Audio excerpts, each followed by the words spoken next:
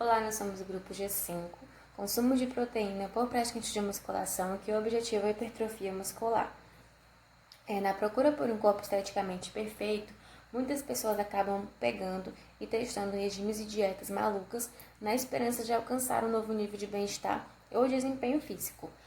Praticantes de musculação acabam exagerando em atividade física por buscar um corpo perfeito, sendo que esse exagero pode causar danos irreparáveis, já que o desenvolvimento muscular há um limite genético, né? Especialistas apontam que a alimentação é o ponto fundamental para o ganho de massa muscular, podendo chegar a 60% de importância, né? Porém, existe a falta de conhecimento de algumas pessoas em geral de que a alimentação balanceada e de qualidade, a não ser em situações especiais, atende às necessidades nutricionais de um praticante de exercício físico, inclusive os atletas de nível competitivo. Existe uma crença popular antiga entre os atletas de que a proteína adicional aumenta a força e melhora o desempenho, mas pesquisas não apoiam esta teoria. E observam-se que a pequena quantidade de proteína necessária para o desenvolvimento muscular durante o treinamento é facilmente atingida por uma alimentação balanceada e regular. Assim sendo, o presente estudo teve como objetivo verificar se a alimentação dos praticantes de musculação que objetivam a hipertrofia muscular é rica em proteínas, provenientes da alimentação ou da suplementação.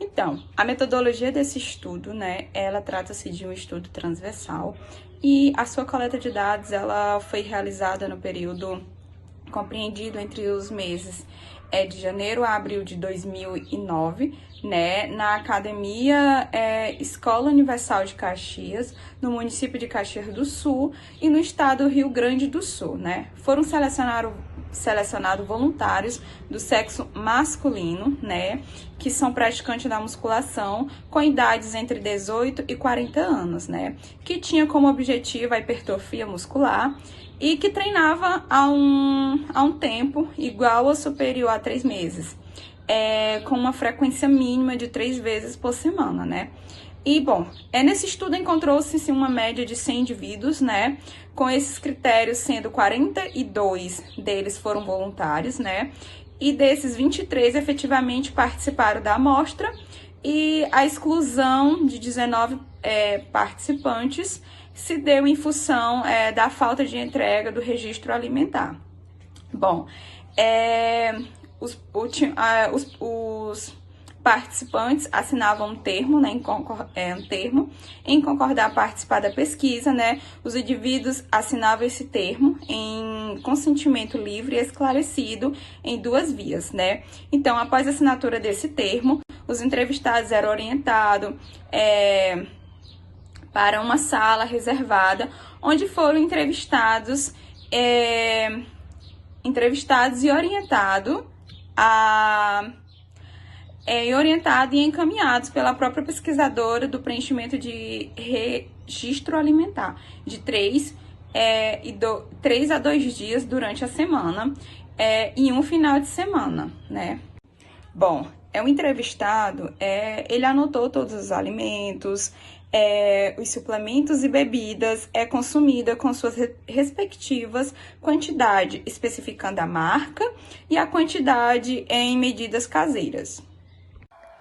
Bom, vamos dando continuidade, falar um pouco sobre o resultado. A caracterização da amostra estudada, ela foi composta por 23 investigados, tendo como a idade, que foi observada uma amplitude de variação entre homens de 19 e 33 anos, com média de 25,8. A estrutura média encontrada foi de 1,75 m, e no que se refere ao peso, a média observada foi de 69,6 quilos. Nas informações referentes ao MC, a média foi de 27,7. Quando a abordagem do IMC se fez, ela foi através de classificação e predominou um estado eutrófico, caracterizando 65,2% da amostra. A proporção de investigados eutróficos se mostrou significativamente mais elevada que a de investigados com baixo peso. As informações referentes ao consumo alimentar quanto às refeições diárias foi, em média, 5 refeições. Em relação ao valor energético VET ingerido, a ingestão média foi de 35,7 cacau, levando em consideração o limite para o VET recomendado foi de 37,41 cacau ao dia. Verificou-se que 52,2% no total 12 dos estudados, eles ingeriram abaixo do recomendado, de 18 a 35 cacau.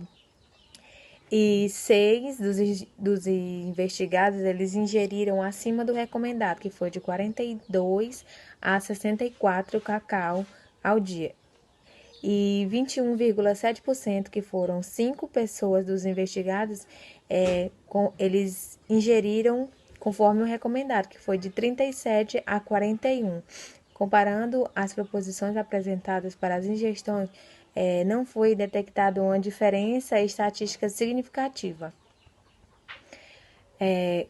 Já considerando os resultados de PTN, a média de ingestão foi de 1,7 cacau peso ao dia. E no que se refere à ingestão observada, segundo o limite para a PTN recomendada, foi de 1,6 para 1,7 kg de peso ao dia. Verificou-se que 30,4% ao todo, 7 dos investigados ingeriram abaixo do recomendado, de 0,6 a 1,5 kg de peso ao dia. Sobre o resultado dos carboidratos, a média foi de 4,5 gramas por quilo de peso por dia, sabendo que o recomendado seria de 5 a 8 gramas por dia. Então, do total de 23 pesquisados, as pessoas pesquisadas, 16 ingeriram abaixo dos valores recomendados, 1 ingeriu acima do valor recomendado e 6 ingeriram a quantidade que seria considerada padrão, né, que seria. E diante disso foi detectada a diferença de estatística significativa, indicando que o número de investigados que ingeriram abaixo dos níveis recomendados foi mais elevado nessa amostra. Já no que diz respeito à ingestão de lipídios, né, a ingestão média foi de 1,2 gramas por quilo de peso por dia. E os valores recomendados são de 1 grama por quilo de peso por dia. Então, do total dos 23 entrevistados foram os seguintes: 5 ingeriram abaixo dos valores recomendados, 3 ingeriram acima dos valores recomendados e 5 ingeriram a quantidade que seria considerada padrão, né? E essas diferenças não se mostraram tão significativas em questão de estatística. E a proporção da amostra com ingestão de lipídios acima do recomendado tende a se mostrar mais elevado nessa amostra. Em relação à massa magra, né, a massa magra inicial dessa pesquisa, a média dela era de 59,9 quilos e a média final era de 61,7 quilos, já como média final.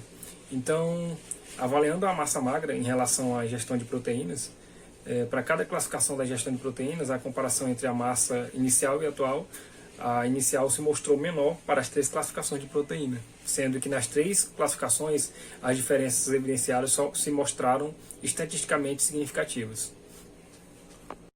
E quando a gente está falando da ingestão dos valores energéticos totais, né, os investigados que não utilizaram suplementação apresentaram a mediana de 34 quilocalorias por grama de peso por dia. E os que utilizaram o suplemento à base de proteína, eles tiveram essa mediana de 30 quilocalorias por grama por quilo por dia.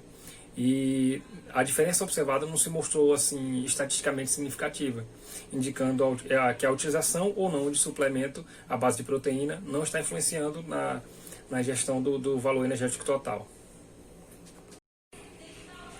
A ingestão de suplemento à base de proteína, em que os investigados não utilizaram suplemento, apresentaram uma ingestão mediana de 1,6 gramas por quilo de peso por dia, enquanto os outros que utilizaram a proteína, a ingestão mediana foi de 1,7 gramas de peso por dia, implicando em não existência diferença estatisticamente significativa, que seria P maior do que 0,05 entre os dois grupos. O treinamento resistido é considerado o mais eficiente para modificar a composição da massa corporal, pelo aumento da massa muscular que ocorre através das várias semanas da prática. Isso foi ratificado nos estudos de Marcinick e Wilmore, que mostraram isso através dos seus resultados. Segundo as diretrizes da Sociedade Brasileira de Medicina do Exercício e Esporte, a ingestão adequada de proteína para atletas de força é de 1,6 a 1,7 gramas por quilo de peso corporal ao dia. No presente estudo, a média estava dentro da normalidade, mas muitos estavam tendo uma dieta hiperproteica, e isso não trouxe nenhum benefício adicional, segundo o estudo. A discussão, então, recai sobre a real necessidade proteica para os frequentadores de academia. A necessidade calórica para essa população é de 37 a 41 calorias por quilo de peso ao dia, dependendo muito do seu objetivo. É necessário também considerar alguns outros macronutrientes, tais quais carboidratos e lipídios. A partir desse estudo, então, concluímos que a maioria dos indivíduos analisados, eles faziam dietas hiperproteicas, mesmo que isso não tenha nenhuma influência quanto ao ganho muscular, essa elevação proteica. Além disso, também, eles tinham uma dieta de carboidratos abaixo do recomendado e uma dieta de lipídios acima do recomendado.